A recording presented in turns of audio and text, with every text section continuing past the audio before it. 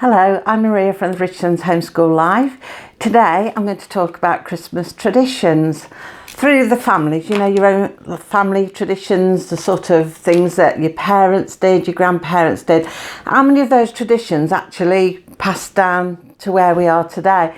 So I've been having a think about mine, because Christmas time you always say, oh, I like that, that's so traditional and that, but what really, it's tradition to you, what does it mean to you, sort of thing.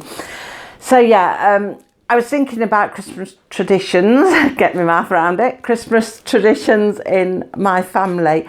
And I was looking at what I do now as to what my parents did and her parents and perhaps her parents before her. So I sort of thought back to my great-grandparents. Now, I didn't know my great-grandparents. They died 13 years before I was born. But obviously, my mum talked about them and everything, because I'm talking on my maternal line now. So they lived out in the countryside, and Christmas to them was they'd have a tree, they'd chop down a tree and bring it into the house and decorate it. And it was always done on Christmas Eve, never any other time. It was always done on the eve of Christmas. So they decorated it mainly with homemade decorations. They'd make things like paper chains, that sort of thing, and quite often if they hadn't got coloured paper and things like that, it could be out of like printed paper, anything like that. So they would make decorations like that, and obviously they had candles anyway then, because they didn't have electricity where my great-grandparents lived. And my mum said, because she lived in their house, the house went through the family, my mum said they didn't have electricity till she was 15, so it was obviously candles anyway then, it was the norm. So they did that. What they used to have for Christmas, my great-grandparents and that, they would have had just like nuts. They had stockings. I'm not sure what sort of stockings they'd used, whether they were like ladies' stockings, woolen stockings perhaps, back in my great-grandparents' day, my great-grandmother's day. They would have had nuts. They quite often had nuts because they lived out in the countryside. They collected all things like that, and they knew how to preserve things, keep them. And they would have apples and that kind of thing. And I know my great-grandmother had books. She had her and a brother, because I've got some of them still from the 1800s.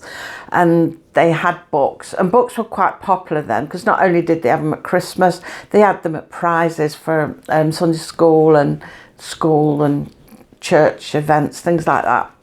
So they would have a book, and that would be it. That would be all there was. Now, I don't know what they ate for their dinner. I imagine, because our traditions carried through, I imagine it would be quite similar. They may, because they kept chickens and things like that, they may have had chicken and that sort of thing. Now, my grandmother, when she was small, her mother carried on the tradition. Things are pretty much the same. She had a stocking with nuts and apples and whatever fruit they'd got. And they had a book. And books again were very popular when my granny was small. And they would have, my granddad used to make things sometimes. My mum told me that, my great-granddad used to make things, and that her mum had like homemade toys and things like that. I don't know what sort of things or anything like that. It's just stories that her mum had told her. Now, when my mum was small and it was my granny's turn, again, they had the same stockings, and because they lived out in the countryside, they had the same things in them, nuts and fruit, that kind of thing. And they did have a few toys, and they had games, and again books. Books was something they had. So there was a tradition of books going through, right through. And they had books, and my mum also had like a game, and they might have a doll, and she remembers her brother having a little pedal car and things like that. So they did have presents that was sort of more towards our era now, what we would recognise. And now, when my mum grew up and I was small, It was similar again, only our stockings were a bit different. We didn't have nuts in our stocking, but I do remember actually having sugar mice. We used to get a sugar mouse, and I didn't like it. I don't like sugar that much, so I gave it to my brother. And you know, I'm not one for sugar. To me, sugar's poison. It's just something nasty that is addictive, and it's not good for your body. And I didn't like sugar when I was little. I just didn't like it then. I remember once going for the polio jab, and they used to put it in the sugar cubes and put the pink stuff in the middle of it, thinking children would eat it like a sweet. Well, no, it was, I held it in my mouth, and when I was halfway home, I managed to spit it out. Thought my mum hadn't seen, and she had seen, and dragged me back and had to have another one. So the doctor sat me there till I ate it. It was the worst thing ever. Bad as the sugar mice. So yeah, we had them in our stockings, going off track a bit there. But we had them in our stockings. We, like I say, we didn't have nuts, but we did have like orange and apple and that kind of things. But then we had little toys. We started having little toys in our stocking. I don't know if my mum had little toys in her stocking. I'm not sure, but we did. And then again, books, and we'd have annuals as well. So you might get a little book and an annual, because my mum liked to give out annuals. I think actually as well, they had annuals when they were small, because again, I've got some of my uncle's annuals here. Got quite a lot of their books from when they were small here. So we had that, and games and that sort of thing. And we'd have a main toy. I mean, I've told you about the presents I had before. So we had it like that. So there was like a tradition coming through, you know, your stocking, and you always the fruit in the stocking right through. Now, I didn't really do stockings for my children. They just had all presents. Once in a blue moon, I might do a stocking, but they don't tend to. Now, Lisa does Shana's stocking, and she does me and Dina's stocking, and we do Lisa a stocking. So we do have a stocking each to hang on the fireplace. But when our others were small, now and then we would have a stocking. Some years we did, some years we didn't. So that wasn't a tradition that I followed. I wasn't too bothered about that. And also a tradition of was putting presents on the bed right back through the generations.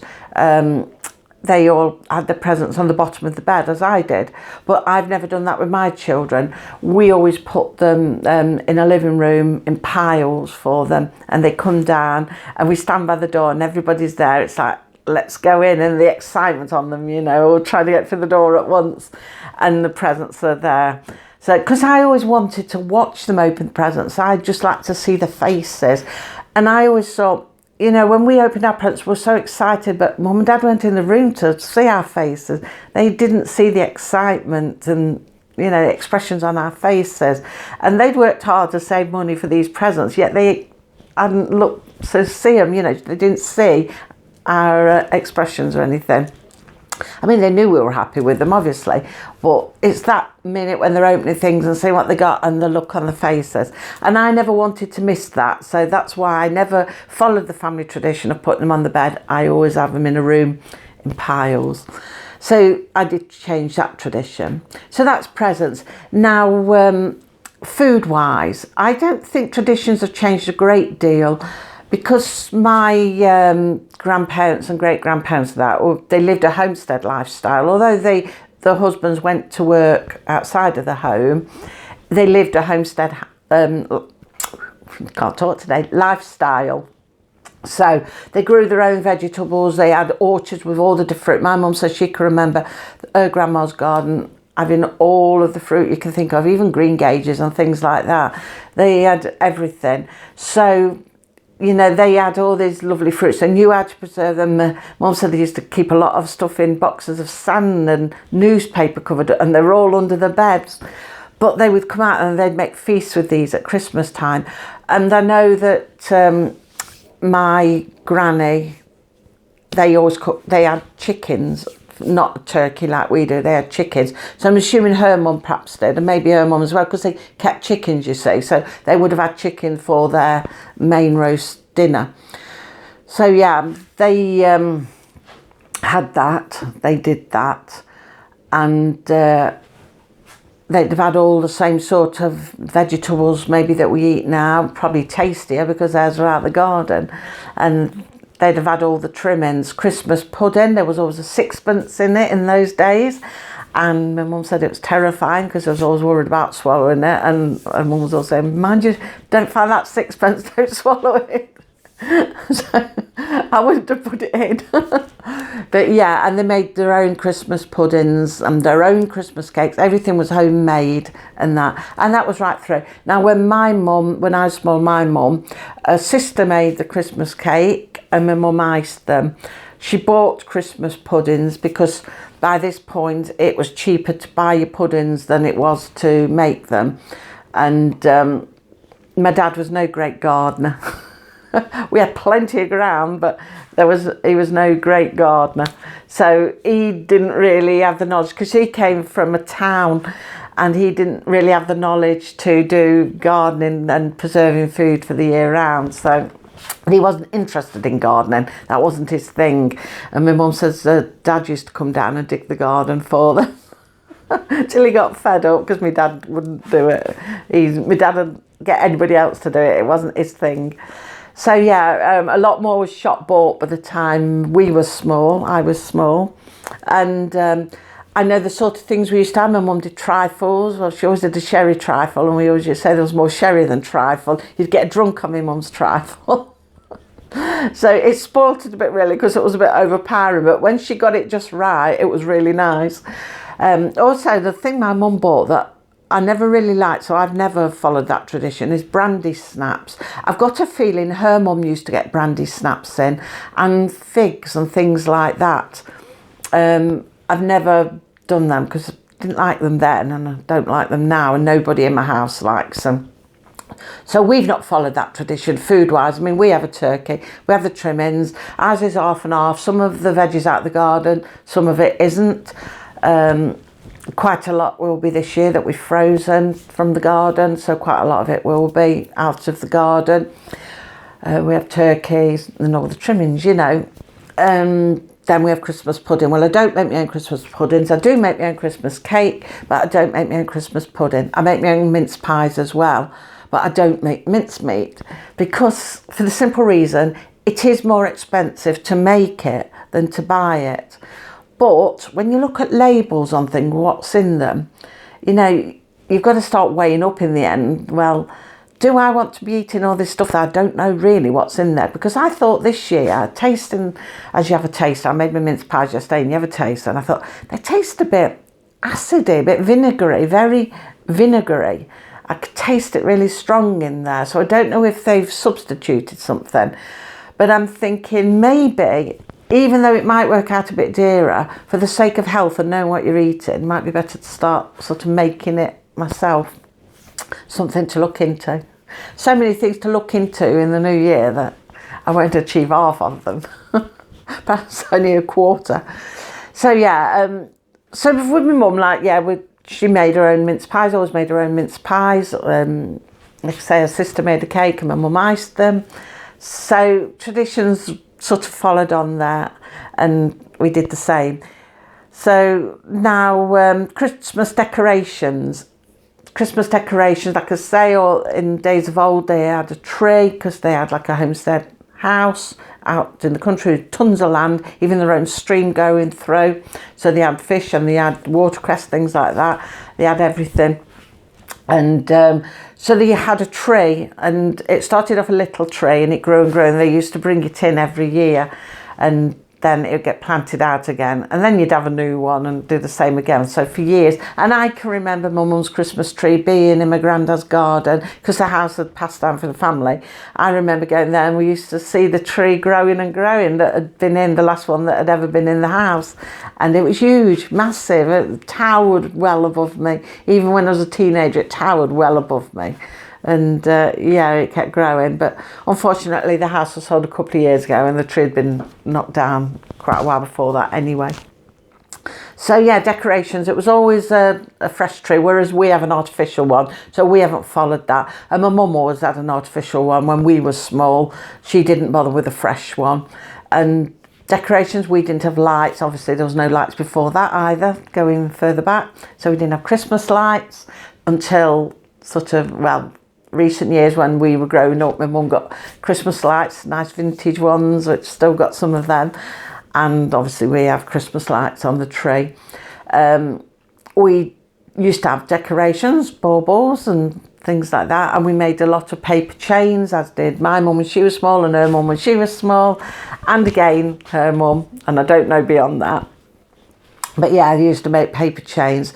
So you sort of following the things that your mums did. Your mums sort of bring things into each generation, you know, and I got some of my mum's ways and she's got some of her mum's traditions, you know, and we just bring them down, and that's your tradition, isn't it? The bits that you bring in down.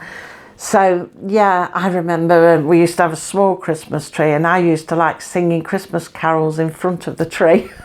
Once used to stand there and used to say, "Shut up, Maria, be quiet."